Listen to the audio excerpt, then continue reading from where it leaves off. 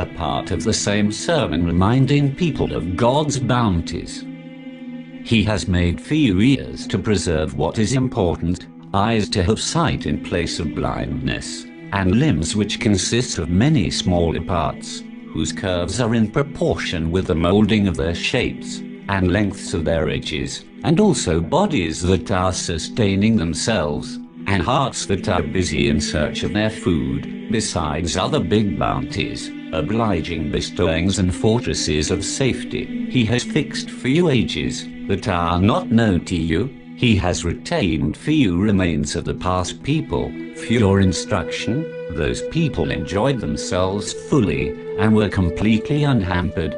Death overtook them before satisfaction of their desires, from which the hands of death separated them. They did not provide for themselves during health of their bodies, and did not take lesson during their youth.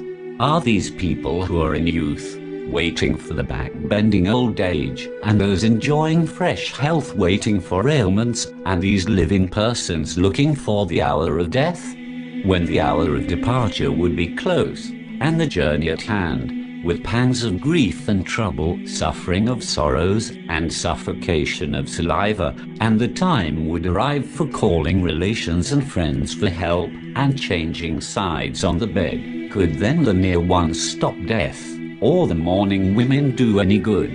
He would rather be left alone in the graveyard, confined to the narrow corner of his grave. His skin has been pierced all over by reptiles, and his freshness has been destroyed by these tribulations. Storms have removed his traces, and calamities have obliterated even his signs. Fresh bodies have turned thin and withered, and bones have become rotten. The spirits are burdened with the weight of sins, and have become conscious of the unknown things. But now neither the good acts can be added to, nor evil acts can be atoned for by repentance. Are you not sons, fathers, brothers, and relations of these dead, and are not to follow their footsteps, and pass by their paths?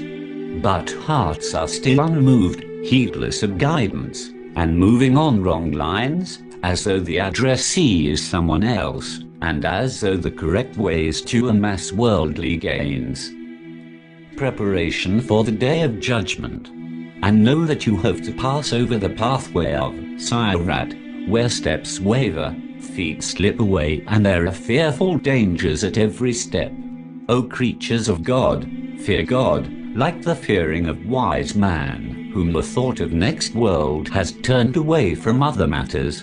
Fear of God has afflicted his body with trouble and pain. His engagement in the night prayer has turned even his short sleep into awakening. Hope of eternal recompense keeps him thirsty in the day. Abstention has curbed his desires, and remembrance of God is ever moving his tongue. He entertains fear before dangers. He avoids uneven ways in favor of clear ones. He follows the shortest route to secure his purpose. Wishfulness does not twist his thinking, and ambiguities do not blind his eyes. He enjoys deep sleep, and passes his day happily, because of the happiness of good tidings, and pleasure of eternal bounties. He passes the pathway of this world in praiseworthy manner. He reaches the next world with virtues. He hastens towards virtue out of fear for vice. He moves briskly during the short time of life. In this world, he devotes himself in seeking eternal good. He runs away from evil. During today he is mindful of tomorrow, and keeps the future in his view. Certainly paradise is the best reward and achievement, which hell is appropriate punishment and suffering.